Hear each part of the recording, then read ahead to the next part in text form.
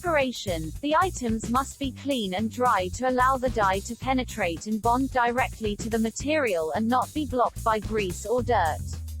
Use any standard grease-busting quality kitchen cleaner to start with, like Solid Bang or even Fairy Liquid.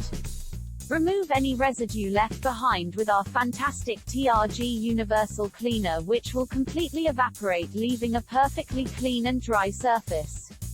Spraying. Select an inconspicuous area to spot test. Vinyl dye works on thousands of materials, but this also tests your method of application is correct. Shake the can more than you think is necessary for at least 3 minutes.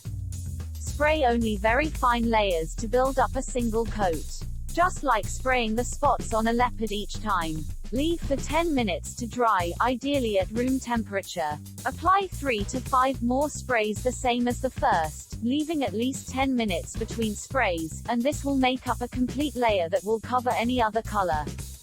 Finished. Most items dry to a satin finish naturally. Leave for 16 hours before sitting on, or bending the item. If you want a matte, or gloss finish, then search for topper on our website and spray 2 mist layers of that over the top. Visit www.VinylDye.co.uk and learn how to color vinyl, plastic, leather, faux leather and pleather, canvas, satin, suede, rubber, fabric, wood and even carpet.